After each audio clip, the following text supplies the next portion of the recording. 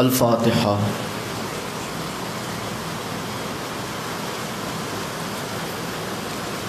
ایاک نعبد و ایاک نستعین۔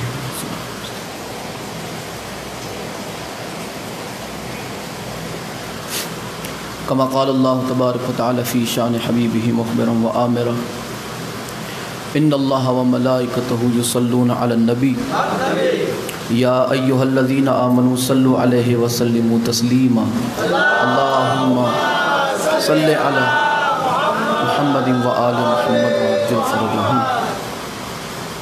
سبحان ربک رب العزت عما یصفون وسلام علی المرسلین والحمد للہ رب العالمین۔ اعوذ باللہ السمیع العلیم من الشیطان اللعین الرجیم۔ بسم اللہ الرحمن الرحیم۔ الحمد للہ رب العالمین والصلاة والسلام علی سید الانبیاء والمرسلین خاتم لما سبق والفاتح لمن غلق المغلن الحق بالحق ابی القاسم محمد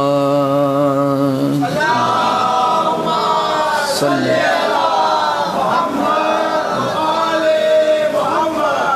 وآلہ الطیبین الطاہرین المعصومین المظلومین المنتجبین الذین اذهب اللہ عنہم الرجس وطہرہم تطہیرا۔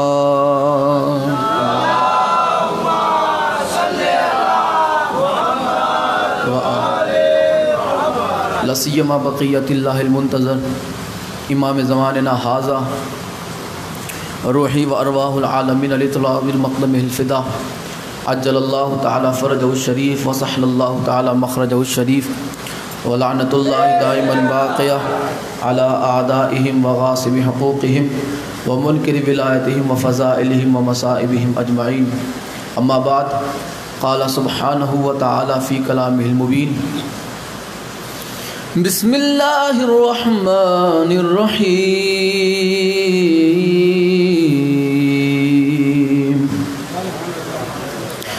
فاسألوا اہل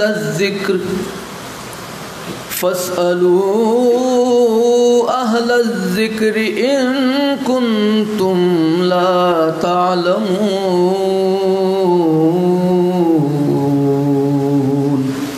صدق اللہ العلی العظیم۔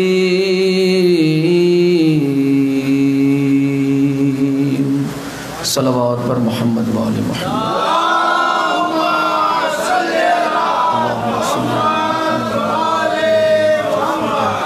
دعا ہے آل محمد کا عظیم اور کریم اللہ اس ذکر پاک کے صدقے ہمارے گناہوں کو معاف فرمائے۔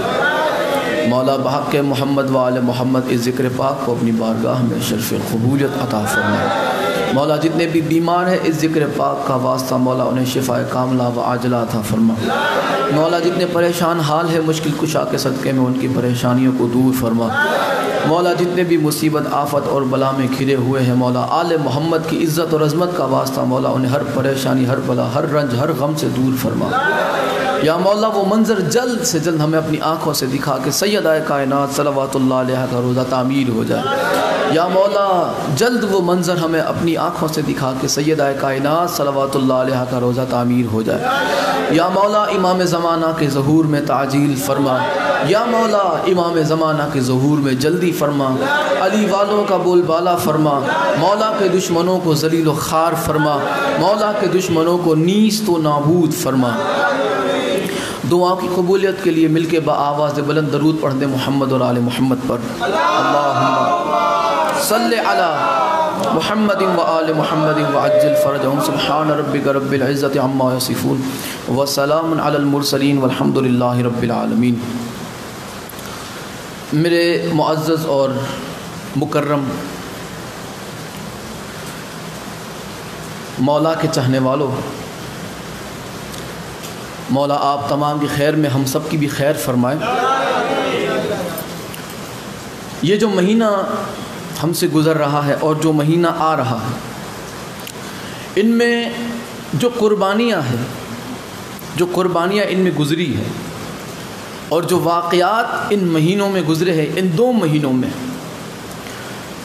اگر کوئی بندہ اسے بھلا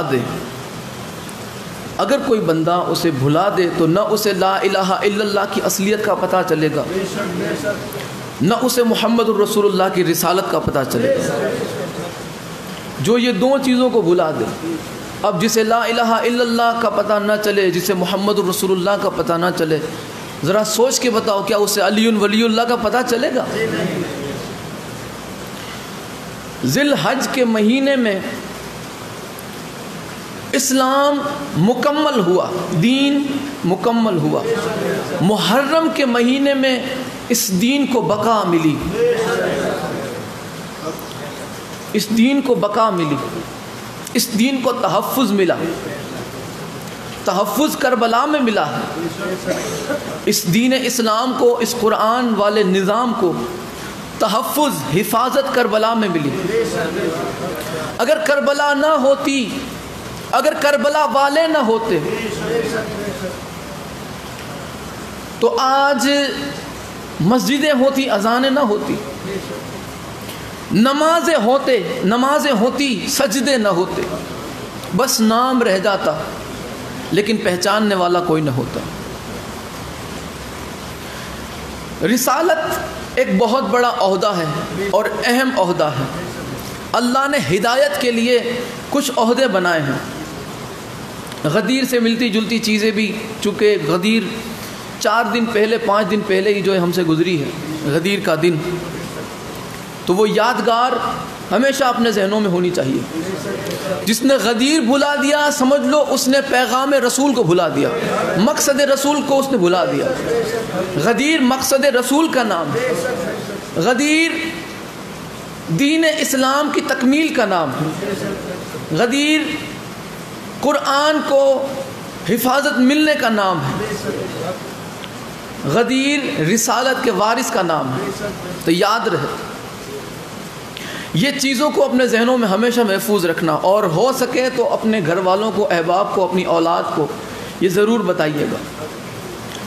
غدیر، کربلا اور سیدہ کا حق، کربلا کے مظلوموں کی مظلومیت، اور غدیر میں مولا علی کی ولایت، یہ 3 چیزیں ہمیشہ اپنے ذہنوں میں محفوظ رکھنا۔ یہ 3 چیزیں جس نے بھلا دی، سمجھ لو اس کا دین اسلام سے واسطہ ختم ہو گیا۔ یہ 3 چیزیں جس نے بھلا دی۔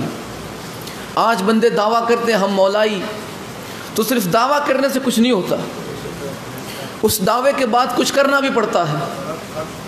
صرف دعوے سے کوئی مولائی نہیں ہوتا۔ کسی بھی منصب پر بیٹھنے کے لیے اہلیت ہونا ضروری ہے یا نہیں؟ کسی بھی منصب پر بیٹھنے کے لیے اہلیت ہونا ضروری ہے، اور اگر کوئی بندہ اس کے اہل نہ ہو اور وہاں بیٹھ جائے، پتہ ہے اس کا انجام کیا ہوگا؟ فرعون لعنتی کیوں ہے؟ فرعون کیوں لعنتی ہے؟ کیونکہ وہ اس مسند پہ بیٹھنے کا اعلان کر چکا تھا جس کی وہ اہل نہیں تھا۔ اس نے کہا نعوذ باللہ میں خدا ہوں، اور خدا اللہ کے علاوہ کوئی ہے نہیں۔ اللہ معبود صرف اللہ کی ذات ہے، اس کے علاوہ کوئی اللہ نہیں ہے، اور اس نے دعویٰ کر دیا کہ میں اللہ ہوں، لہٰذا وہ لعنتی ہے۔ پتہ چلا اگر کوئی خدا نہ ہو اور بن بیٹھے، وہ لعنتی ہوتا ہے۔ اگلی بات اگر زبان پہ آ جائے تو بول دیجئے گا۔ اگر کوئی بندہ اہل نہ ہو اور وہاں بیٹھ جائے، وہ لعنتی ہے۔ خدا نہ ہو اور اس مسند پہ بیٹھ جائے، وہ لعنتی ہے۔ اگر کوئی بندہ نبی نہ ہو اور دعویٰ کر دے نبوت کا، اس منصب پہ فائز ہونے کا دعویٰ کر دے کہ میں بھی اس منصب کا اہل ہوں، وہ لعنتی ہے۔ ٹھیک ہے، اللہ نہ ہو بن بیٹھے، لعنتی۔ نبی نہ ہو بن بیٹھے، لعنتی نہ ہو۔ مصطفیٰ کا جانشین نہ ہو بن بیٹھے، وہ لعنتی ہے جو بن بیٹھے۔ کیونکہ یہ مسند جو ہے، میں بالکل سادہ، کیونکہ ہم یہاں کاٹھیا واڑ میں رہتے ہیں، بالکل سادہ مثال میں آپ کو دیتا ہوں۔ یہاں کا جو ماحول ہے وہ پیر فقیروں والا ماحول ہے یا نہیں؟ سادات کا، فقیروں کا، چاہنے والوں کا یہ ماحول ہے۔ میں بالکل سادہ زبان میں بات کروں گا، بالکل سادہ، بالکل سادی بات جو آپ تک میں پہنچا سکوں، اور آپ بھی دوسروں تک یہی زبان میں پہنچا سکیں گے، یہی الفاظ کے ساتھ، اور انشاءاللہ آپ کو یاد بھی رہ جائے گی۔ مثلاً مثال کے طور پہ 50 بندے وہاں پہ اکٹھا ہیں، ٹھیک ہے، 50 بندے، اور وہاں ایک کرسی لگی ہوئی ہے، 50 بندے اکٹھا ہے، کرسی لگی ہے، وہ کرسی لگائی گئی سید کے لیے۔ میری اس بات کو سمجھنا، مثال اگر آپ کو یہ مثال سمجھ آ جائے گی تو آپ کو جو میں اگلی بات بتانا چاہتا ہوں وہ میں بغیر بولے آپ کو سمجھا پاؤں گا، آپ کو فوراً وہ بات سمجھ آ جائے گی، ٹھیک ہے۔ 50 بندے اکٹھا ہوئے ہیں، کرسی ایک رکھی گئی سید کے لیے، سادات کے لیے کرسی رکھی گئی۔ پیر صاحب آئے، وہ وہاں پہ بیٹھے، ان کے ساتھ ان کے 2 بیٹے بھی ہیں، ٹھیک ہے، چلو ایک بیٹا ان کے ساتھ ہے، پیر صاحب آئے، ان کے ساتھ ان کا بیٹا ہے۔ پیر صاحب اٹھ کے چلے گئے، پیر صاحب وہاں سے اٹھ کے چلے گئے، بیٹھے گا کون؟ ذرا سارے مل کے بتاؤ، بیٹھے گا کون؟ سید کا بیٹا بیٹھے گا۔ وہ جگہ کس کے لیے ہے؟ سید کے لیے ہے، وہ جگہ سید کے لیے ہے۔ اب سید اٹھا، سید کی جگہ سید بیٹھے گا، ٹھیک ہے، سید کی جگہ سید بیٹھے گا۔ اب پیر صاحب چلے گئے، سید کو کسی نے پوچھا بھی نہیں کہ آپ آئیں، سید کو کسی نے پوچھا بھی نہیں کہ آئیں آپ بیٹھے، یہ آپ کی جگہ ہے، کسی نے نہیں پوچھا۔ اب نہ پوچھنے کی صرف 2 وجہ ہے، تیسری وجہ نہیں ہے۔ نہ پوچھنے کی اس سید سے، اس سید کے شہزادے سید سے نہ پوچھنے کی 2 ہی وجہ ہیں۔ وہ وجہ کون سی ہے؟ یا تو اسے جانتے نہیں کہ یہ ان کا بیٹا ہے، یا اس سے نفرت کرتے ہیں۔ بات سمجھ آئے تو بولو، میں عربی میں نہیں بول رہا، نہ میں کرو میں، برابر، میں بالکل سادہ زبان میں بات کر رہا ہوں۔ سید کو نہ پوچھنے کی 2 ہی وجہ، ایک تو یہ کہ اسے جانتے نہیں، دوسرا یہ کہ اس سے نفرت ہے، نفرت ہے۔ اب نفرت دل میں چھپی ہوئی ہے، جس کے دل میں نفرت ہو، زبان پہ محبت ہو، اسے منافق کہتے ہیں۔ جس کے دل میں نفرت ہو، زبان پہ محبت کے ترانے ہو، اسے ہی منافق کہتے ہیں، اسے ہی منافق کہتے ہیں۔ رسول اللہ دنیا سے چلے گئے، رسول اللہ دنیا سے چلے گئے، پیچھے ایک سید ہے، ایک نہیں بلکہ کئی سید ہیں۔ لوگوں نے نہیں پوچھا، انہیں پوچھا تک نہیں کہ اس پہ آپ بیٹھیں، پوچھا۔ 2 ہی وجہ ہے، یا تو علی کو جانتے نہیں، یہ تو سوال پیدا ہی نہیں ہوتا۔ غدیر کے میدان میں سوالات کے مجمع میں دکھایا تھا کہ یہ مولا ہے، حیدری سوالات کے مجمع میں دکھا کے بتایا تھا کہ یہ مولا ہے، یہ سید ہے، یہ آقا ہے، یہ سردار ہے، تمہارا مولا ہے، تمہارا ولی ہے، تمہارا سرپرست ہے، تمہارا امام ہے، تمہارا ہادی ہے۔ تو اب نہ جاننے کا تو سوال پیدا نہیں ہوتا۔ رہ گئی دوسری بات، بالکل فٹ ہے، رہ گئی دوسری بات، وہ یہ کہ زبان پہ محبت کے ترانے، مبارک ہو یا علی آپ مولا بن گئے، محبت کے ترانے اور بغض۔ رسول اللہ کے جانے کے بعد نظر آ گیا کہ کسی نے بھی حیدر کرار کو پوچھا تک نہیں کہ آپ آئیں، تو پتہ چلا کہ جو محبت کے ترانے زبان پہ جاری کرے اور دل میں بغض رکھے اسے منافق کہتے ہیں۔ لہٰذا وہ جتنے بھی تھے وہ مسلمان نہیں تھے، غفلت میں نہ رہنا، وہ سب کے سب منافق تھے، جنہوں نے اہل بیت کو ایک طرف کر کے خود اس منصب پہ بیٹھ کر لعنت وصول کرنے کا کام کیا۔ میں سادہ زبان میں بات کرنے کا عادی ہوں، اور میری کوشش رہتی ہے کہ میں سادہ زبان میں لوگوں تک پہنچاؤں۔ سید اٹھے، اب اس سے بھی بڑا بے غیرت کوئی ہو ہی نہیں سکتا۔ ایک تو یہ کہ چلو نہیں جانتا تو نہیں پوچھا، دوسرا یہ کہ نفرت ہے تو نہیں پوچھا، تیسری چیز جو نکل کے آتی ہے وہ اس سے بڑا تو کوئی بے غیرت ہو ہی نہیں سکتا جو اس قدر نفرت رکھتا ہو۔ سید اٹھے، پیر صاحب اٹھے اور اپنے بیٹے کو بٹھا کے گئے کہ شہزادہ تو ادھر بیٹھ. جاتے جاتے وہ بٹھا کے گئے سید کی مسند پر. دیکھیں یہاں پیر فقیروں والا معاملہ ہے نا. اگر فقیر کی جگہ پہ کوئی، پیر کی جگہ پہ کوئی عام بندہ بیٹھ جائے، ایک بندہ تو اٹھ کے کہے گا نا بے غیرت انسان، تیری جگہ یہاں ہے وہاں نہیں، تیری جگہ نیچے ہے، تو خاک ہے، تیری جگہ تراب پہ ہے، ابو تراب کے برابر کیسے ہو سکتا ہے؟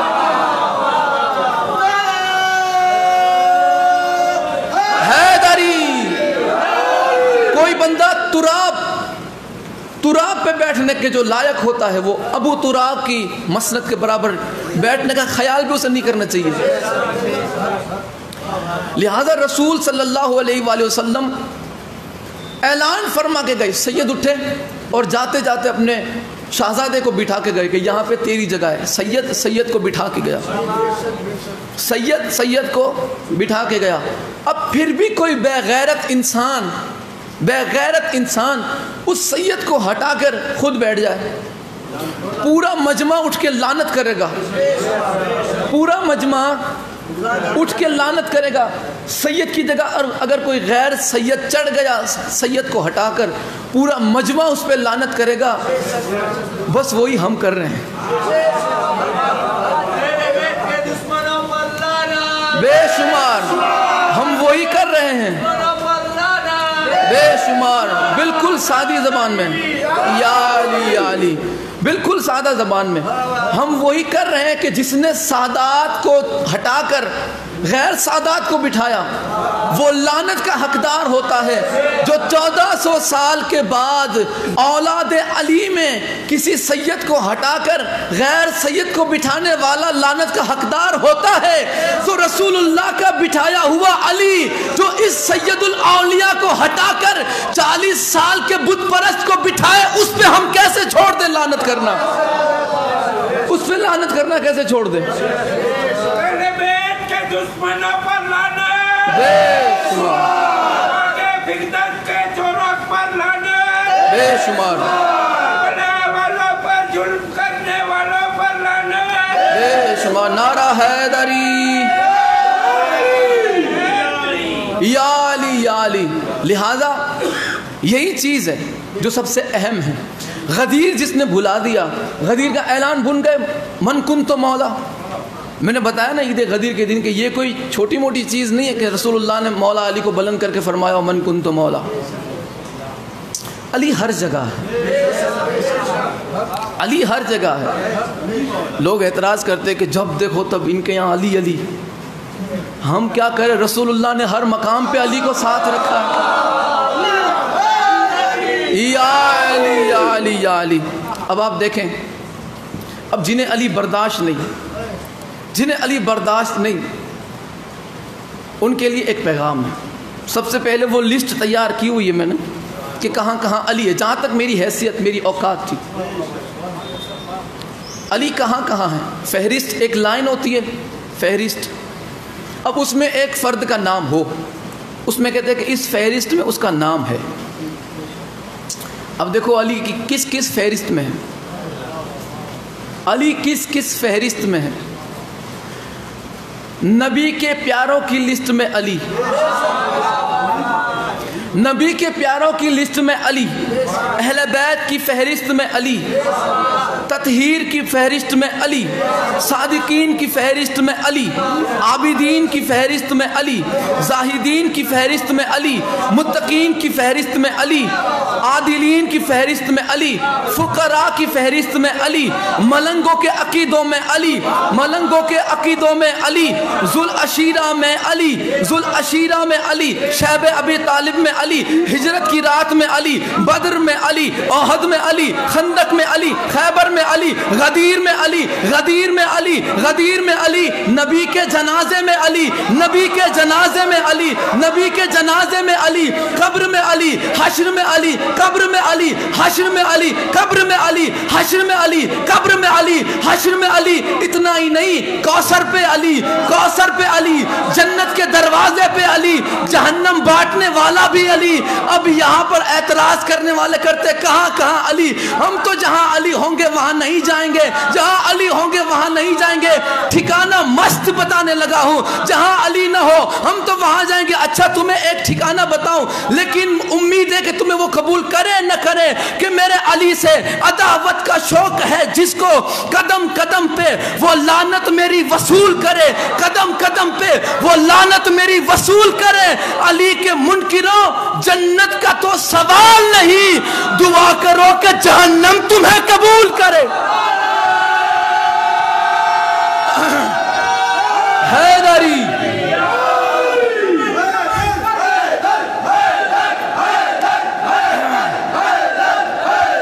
نعرہ حیدری، دعا کرو کہ جہنم تمہیں قبول کرے، جنت کا تو سوال ہی پیدا نہیں ہوتا۔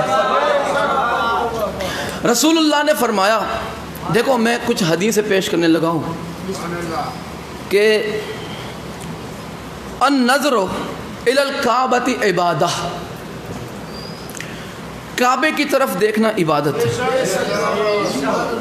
کعبے کی طرف دیکھنا عبادت ہے۔ ایک اور حدیث ہے جس میں فرمایا کہ قرآن کی طرف دیکھنا عبادت، قرآن کی طرف دیکھنا، پہلا کیا ہے کہ کعبے کی طرف دیکھنا عبادت، قرآن کی طرف دیکھنا عبادت، تیسرا ہے کہ والد کی طرف دیکھنا عبادت، اور عالم کی طرف دیکھنا عبادت۔ کوئی مولوی یہ نہ سمجھے کہ اس کے لیے ہے، ٹھیک ہے؟ کعبے کی طرف دیکھنا عبادت، قرآن کی طرف دیکھنا عبادت، والد کی طرف دیکھنا عبادت، اور عالم کی طرف دیکھنا عبادت۔ ایک بات میں آپ کو بتاؤں کہ یہ چاروں چیزوں کو دیکھنا عبادت ہے، یہ فرمان مصطفیٰ ہے، لیکن اگر آپ جیسے کہ مثال کے طور پہ پیچھے کعبہ ہے اور آپ کے ہاتھ میں قرآن بھی ہے اور آپ کے قریب عالم بھی ہے اور اس طرف آپ کے والد بھی ہے، لیکن آپ ذرا غور فرمائیں اس بات پر، پیچھے آپ کے کعبہ ہے، ہاتھ میں آپ کے قرآن ہے، ٹھیک ہے؟ آپ اگر قرآن کو دیکھ رہے ہیں تو کعبے کو نہیں دیکھ رہے، قرآن کو اگر آپ دیکھ رہے ہیں تو کعبے کو نہیں دیکھ رہے، اور اگر کعبے کو آپ دیکھ رہے ہیں تو آپ کی نظر قرآن سے ہٹی ہوئی ہے۔ اگر آپ قرآن کو دیکھ رہے ہیں تو عالم کو نہیں دیکھ رہے، اگر عالم کو دیکھ رہے ہیں تو والد کو نہیں دیکھ رہے، اگر کعبے کو دیکھ رہے ہیں تو قرآن کو نہیں دیکھ رہے، قرآن کو دیکھ رہے ہیں تو والد کو نہیں دیکھ رہے، والد کو دیکھ رہے ہیں تو عالم کو نہیں دیکھ رہے۔ یا رسول اللہ، عالم تخیل کی بات ہے لیکن جواب حدیث سے دوں گا۔ یا رسول اللہ، کوئی ایسی جگہ جہاں یہ چاروں ثواب اکٹھا نظر آئے، جسے دیکھنا کعبے کی زیارت ہو، جسے دیکھنا قرآن کی زیارت ہو، جسے دیکھنا عالم کی زیارت ہو، جسے دیکھنا باپ کی زیارت ہو، یا رسول اللہ کوئی ایسی جگہ، کوئی ایسا ایڈریس، آواز آئی النظر الی وجہ علی عبادہ، اس سے پہلے چار چیزیں بتانا ضروری ہے کہ صرف مولا علی کا چہرہ دیکھنا، تو یہ چاروں چیزیں کہاں ہیں؟ عید غدیر کے دن بتایا تھا میں نے کہ علی مثل کعبہ، علی مثل کعبہ، پتہ چلا کعبہ علی ہے، کعبہ علی ہے۔ اس کے بعد دوسری کیا چیز؟ قرآن، علی ناطق قرآن، الحق القرآن مع علی و علی مع القرآن، دونوں ایک ساتھ جڑے ہوئے ہیں، بالکل بھی الگ نہیں، لہذا قرآن علی ہے، کعبہ بھی علی ہے، قرآن بھی علی ہے۔ اب بات عالم کی ہے، تو اب عالم اتنا بڑا کہ انا مدینۃ العلم و علی بابھا، تین چیزیں بالکل عام ہیں۔ چوتھی چیز، اب یہ جو والد والا مسئلہ ہے وہ کیسے حل کیا جائے؟ یہ صرف ایک حوالے کے لیے یہ کتاب میں ادھر یہاں پہ لایا ہوں ممبر پہ، ویسے مجھے عادت نہیں ہے کتابیں یہاں لانے کی، لیکن آج کل چونکہ اعتراض زیادہ ہوتا جا رہا ہے، کہاں سے پڑھ رہا ہے، اور کچھ گدھے، کچھ اتنی ان کی عقلیں سمجھو کہ ضائع ہو چکی ہے کہ میں پڑھ کتاب رہا ہوں، دیکھ کر بتا رہا ہوں اہل سنت کی کتاب ہے، پھر بھی کہتے کہ بناوٹی، اماں کی خطا نہیں تو پھر کیا ہے؟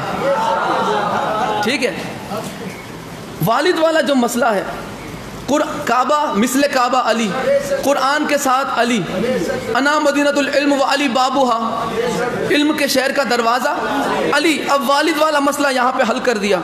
یہ کتاب ینابع المودت اہل سنت کی مشہور اور معروف عالم ہے علامہ شیخ سلیمان قندوزی، مفتی اعظم قسطنطنیہ حنفی مدد اللہ العالی۔ ٹھیک ہے، اب یہاں پہ صفحہ نمبر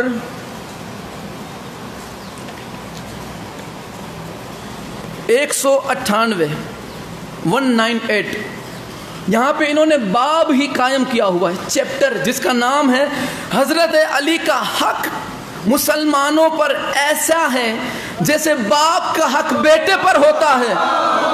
رسول اللہ کی حدیث یہاں موجود ہے کہ یا علی تیرا حق مسلمانوں پر ایسے ہیں جیسے باپ کا حق بیٹے پر ہوتا ہے۔ پتہ چلا کعبہ بھی علی، قرآن بھی علی، عالم بھی علی، والد بھی علی۔ اب یہ چاروں چیزیں جہاں اکٹھا ہو، رسول اللہ کی بارگاہ میں عرض کی یا رسول اللہ چاروں چیزیں اکٹھا دیکھنی ہے تو اب علی بھی مثل کعبہ، علی مثل کعبہ بھی ہے، علی قرآن کے ساتھ بھی ہے، علی آپ کے شہر کا، آپ کے علم کا دروازہ بھی ہے، آپ کا دروازہ بھی ہے، اور علی مسلمانوں کے والد بھی ہے۔ ایسا حق ہے جیسے باپ کا حق مسلمانوں پر ہوتا ہے۔ اسی لیے رسول اللہ نے فرمایا کہ علی کے چہرے کی طرف دیکھنا عبادت ہے۔ جس نے کعبے کو دیکھنا ہو علی کا چہرہ دیکھے، جس نے قرآن کو دیکھنا ہو علی کا چہرہ دیکھے، جس نے عالم کا چہرہ دیکھنا ہو علی کا چہرہ دیکھے، جس نے اپنے والد کا چہرہ دیکھنا ہو علی کا چہرہ دیکھے۔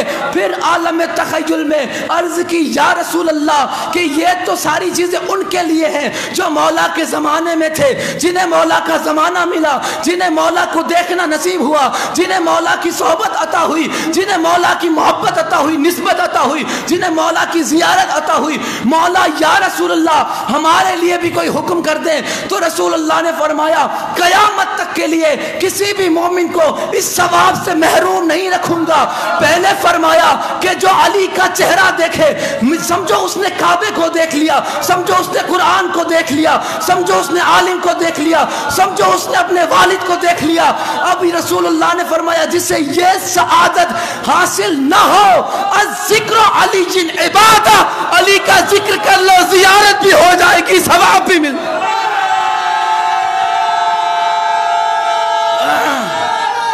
حیدری علی کا ذکر کر لو، ذکر علی کا کرو گے ثواب کعبے کی زیارت کا ملے گا، ذکر علی کا کرو گے عبادت اللہ کی کہلائے گی۔ اب یہاں پہ مجھے شہید علامہ ناصر عباس کا ایک جملہ یاد آ گیا، غدیر کے میدان میں، یہ اس جملوں کا ثواب مولا ان کی روح کو پہنچائے اور مولا شہید کے درجات کو بلند فرمائے۔ آپ فرماتے تھے کہ رسول اللہ نے پالانوں کا ممبر کیوں بنوایا، کیوں پالانوں کا ممبر بنوایا؟ اور یہ عجیب و غریب ممبر تھا، پہلا اور آخری ممبر جو پالانوں کا بنا۔ اب یہ کیسی بات ہو گئی؟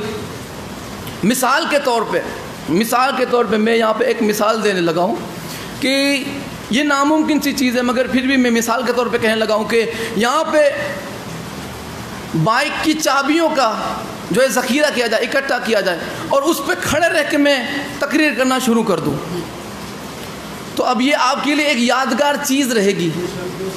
آج تو چابیوں پہ کھڑے رہ کے بابا صاحب نے تقریر کی، چابیوں پہ کھڑے رہ کے، جب چابی تم اپنی بائک میں لگاؤ گے تمہیں تقریر یاد آئے گی۔ جب بھی چابی لگاؤ گے بائک میں، چابی ہاتھ میں رکھو گے، کھٹی پہ لٹکی ہوئی دیکھو گے، تقریر کبھی نہ کبھی یاد تو ضرور آ جائے گی، یاد آ جائے گی، یاد آ جائے گی، آ جائے گی نا چابی کو دیکھ کے۔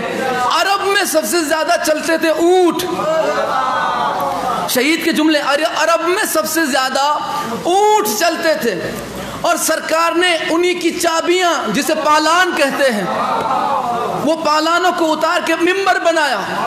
پالانوں کا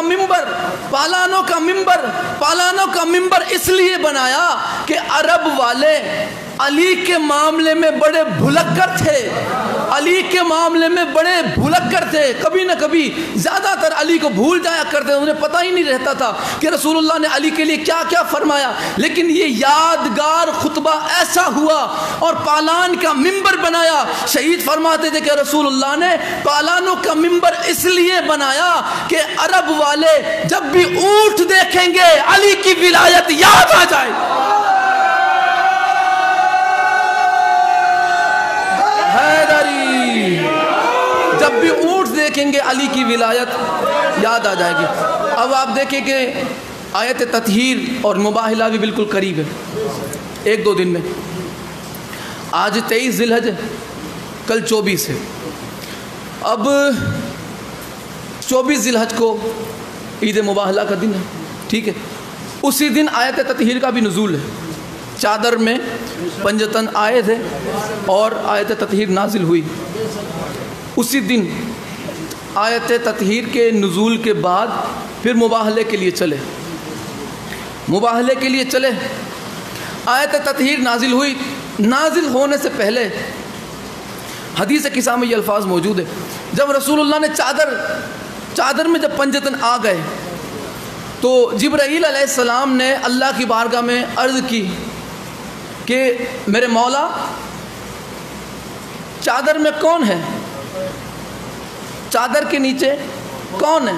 اب یہ سوال حضرت جبرائیل نے کیوں پوچھا؟ اس سے پہلے حضرت جبرائیل کے سامنے ایک واقعہ گزرا تھا حضرت موسیٰ کے دور میں۔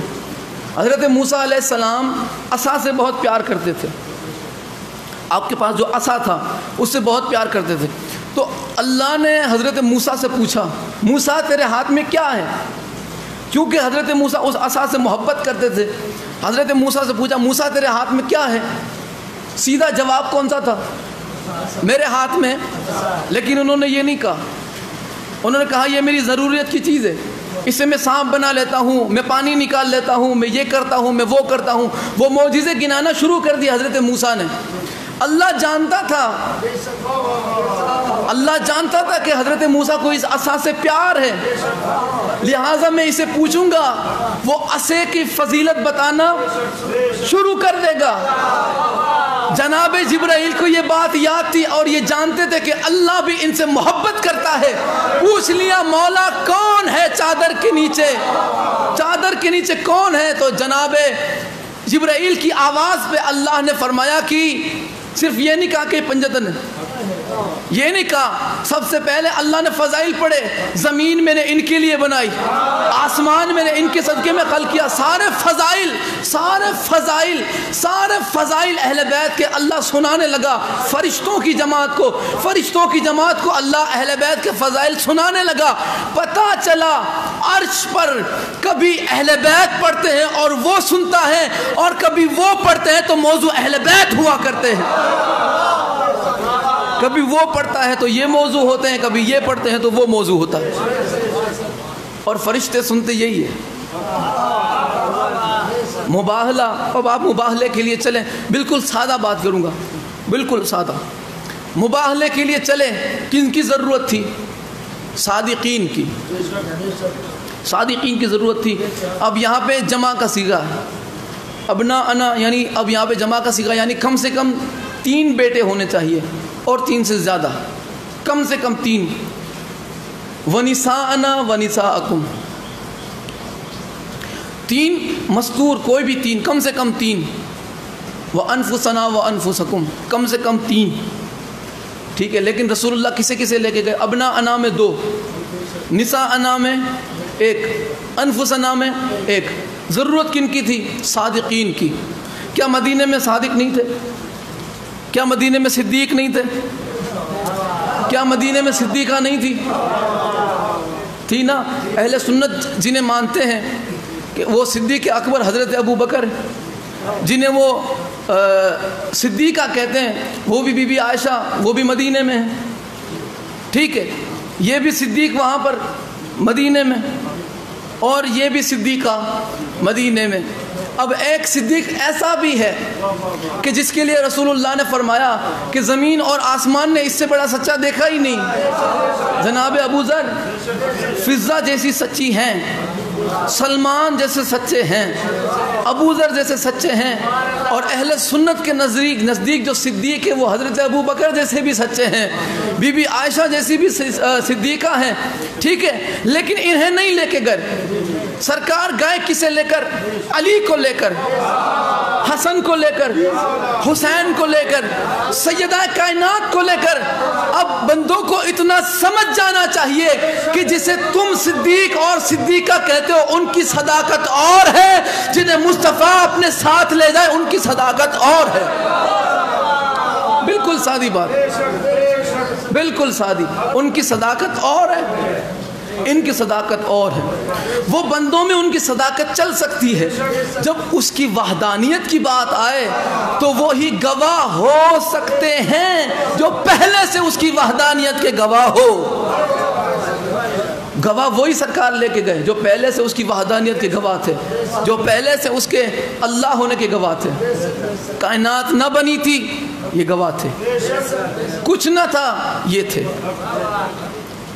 لہذا اور آج جو ہے کل جو دن گزرا 22 ذی الحج، تو جناب میثم تمار کی بھی شہادت ہے۔ ایک جملہ ان کی خدمت میں بھی پیش کیا جائے۔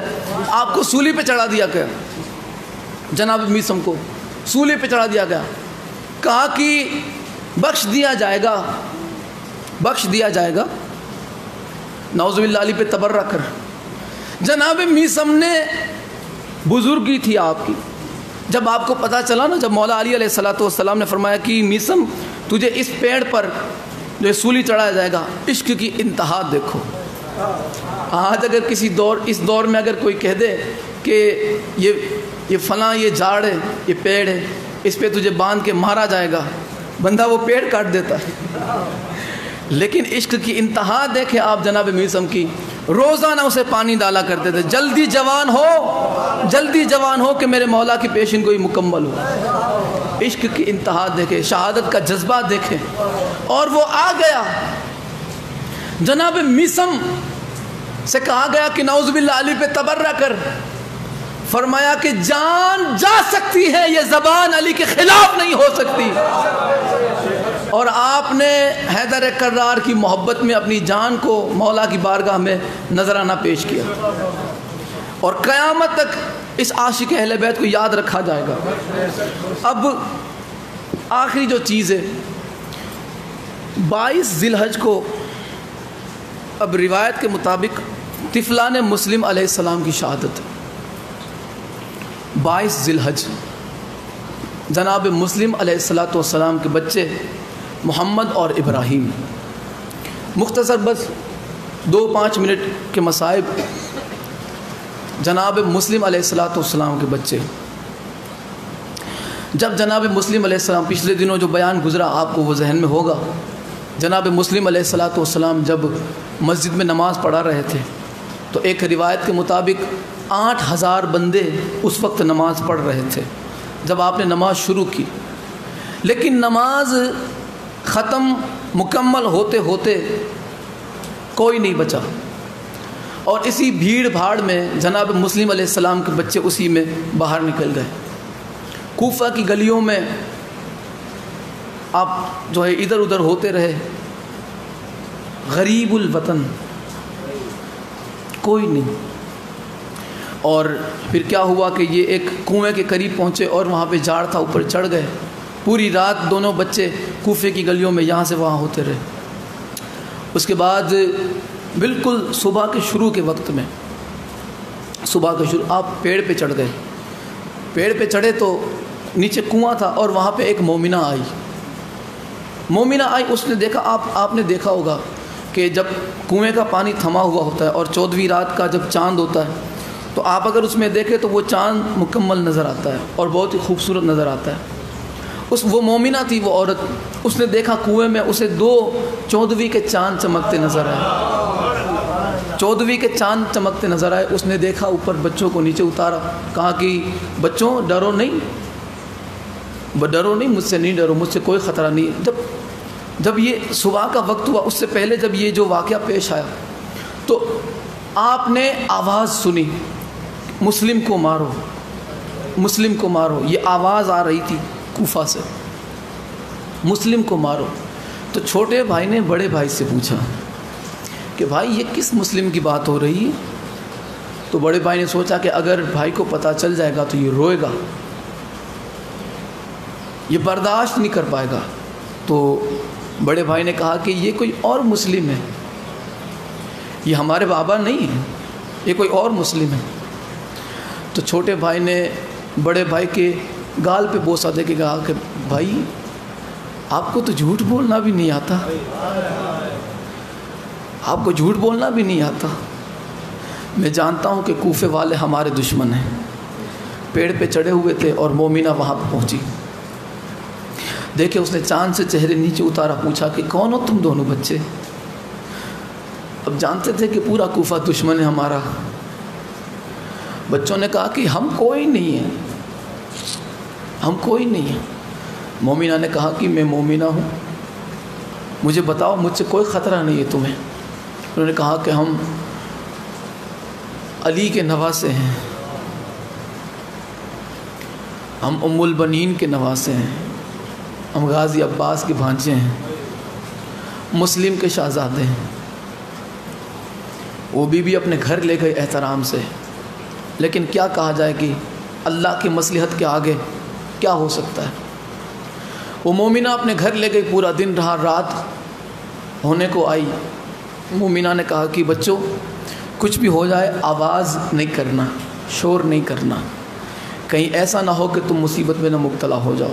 میں جہاں تک میری کوشش رہے گی میں تمہیں بچاتی رہوں گی، میں تمہاری حفاظت کروں گی۔ رات ہوئی، اس کا شوہر آیا جس کا نام حارث تھا۔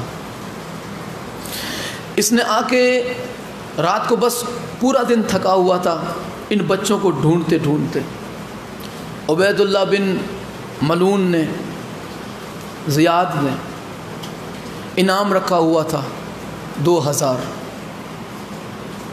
جو بھی ان کا سر لا کے دے گا 2000 دینار اسے انعام دیا جائے گا، بچوں کا سر، ایک بچے کے سر کے 1000، دوسرے کے 2000۔ اس نے بچوں کی آواز سنی رات کو رونے کی۔ اب یہ بچے سوئے تھے کہ رات میں امیر المومنین خواب میں تشریف لائے اور کہا کہ بچوں جلد میرے پاس آ جاؤ، میرے پاس جلد آ جاؤ۔ بچے اٹھے، دونوں ایک دوسرے سے گلے مل کے رو رہے تھے کہ بالکل قریب ہے ہم دونوں کی شہادت کا وقت۔ یہ آل محمد کے گھر کے بچے ہیں، عام بچے نہیں ہیں کہ خواب دیکھے تو پتہ نہ چلے۔ امیر المومنین علیہ السلام کو جب خواب میں دیکھا تو رونے لگے۔ وہ حارث جو پورا دن کا تھکا ہوا ان بچوں کو ڈھونڈنے میں، اس نے دیکھا کہ بچوں کی آواز ہے۔ مومنہ جاگ رہی تھی، وہ سوئی نہیں، کیونکہ اسے اندازہ تھا کہ کہیں ایسا نہ ہو کہ یہ جو ہے بچوں تک پہنچ جائے۔ آواز بچوں کی سنی، اس نے چراغ روشن کیا اور وہاں پہ جا کے اس نے دیکھا کہ 2 بچے آپس میں گلے مل کے رو رہے ہیں۔ لباس پہ مٹی لگی ہوئی ہے، میلا لباس ہے۔ اس نے پوچھا کہ کون ہو تم؟ بچوں کو نہیں پتا تھا کہ اسے نہیں بتانا، بچوں کو پتہ نہیں تھا اسے نہیں بتانا۔ انہوں نے بتا دیا کہ ہم مسلم کے بچے ہیں۔ اس ملعون نے ان بچوں کے سروں میں ہاتھ ڈالا اور سر سے گھسیٹ کر یہ نہر فرات کے قریب پہنچا۔ پیچھے پیچھے وہ مومنہ تھی کہ نہ مار، یہ علی کے بچے ہیں، نہ مار ان معصوم چہروں کو، کیا ملے گا تجھے؟ اور ماں اپنی شوہر کو جو ہے بد دعا دینے لگی۔ کسی نے لکھا کہ وہ شوہر تھا، کسی نے لکھا کہ وہ بیٹا تھا، لیکن وہ مومنہ بد دعا دینے لگی، خدا کرے کہ تو غرق ہو جائے، خدا تجھ پہ لعنت کرے۔ وہ لعنت کرتی رہی۔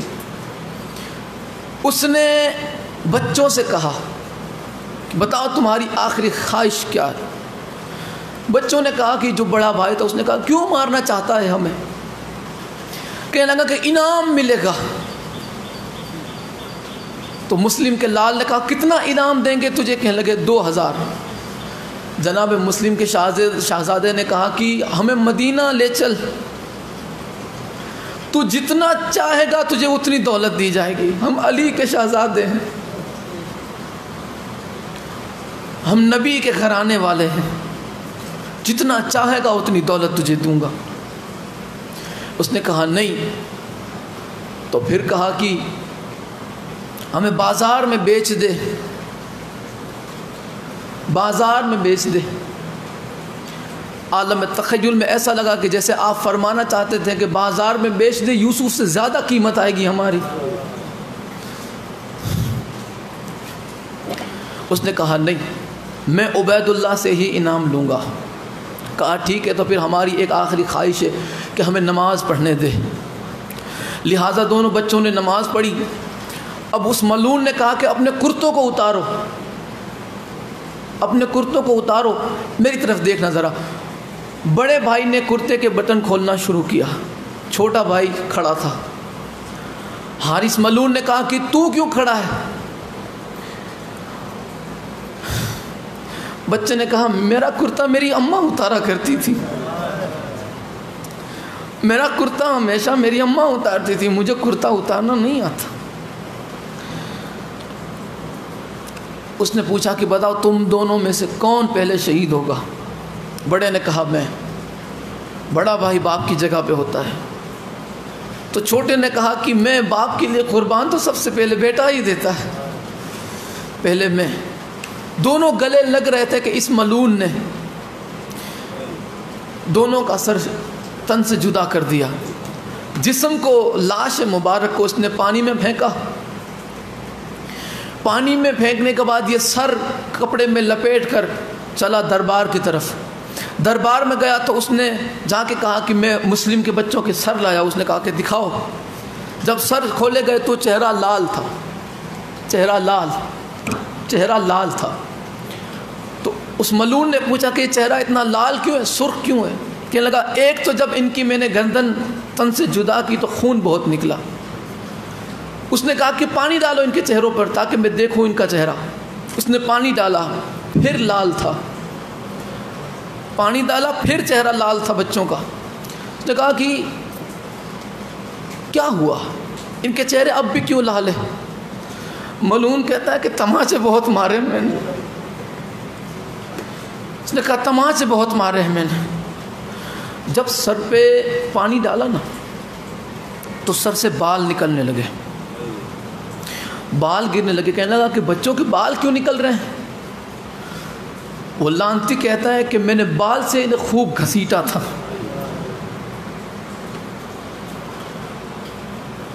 اتنے بچوں کو بھی کلمہ پڑھنے والوں نے نہیں چھوڑا، اتنے بچوں کو بھی۔ اسی لیے میں نے شروع میں کہا تھا کہ اگر کربلا، غدیر اور سیدہ کا حق جس نے بلا دیا، سمجھ لو اس نے اسلام سے اپنا تعلق ختم کر دیا۔ یہ قربانیاں یہ کس لیے ہے؟ آج اگر آپ کی آنکھوں میں آنسو ہے، آج اگر آپ کا دل رنجیدہ ہے، غمگین ہے، کس وجہ سے؟ کربلا والوں کی قربانی کی وجہ سے۔ آج اگر ان کی معرفت ہے تو ان کی قربانی کی وجہ سے۔ یہ قربان نہ ہوتے، یہ مظلومیت قبول نہ کرتے، اگر یہ امتحان نہ دیتے تو آج بد اسلام کا تماشا بنا ہوا ہوتا، اسلام میں کوئی مسلمان یا مومن نہ ہوتا۔ بس جیسا یزید نے تماشا کیا تھا آل محمد کے ساتھ، نعوذ باللہ اس نے آل محمد کی گھر کی بیٹیوں کو، سیدانیوں کو، کہ جن کے سروں پہ کبھی چاند نے اپنی چاندنی نہ دیکھی تھی، آل محمد کی گھر کی بیٹیوں کو، سیدانیوں کو، شہزادیوں کو شرابیوں کے مجموعے میں لا کے بے پردہ کھڑا کر دیا۔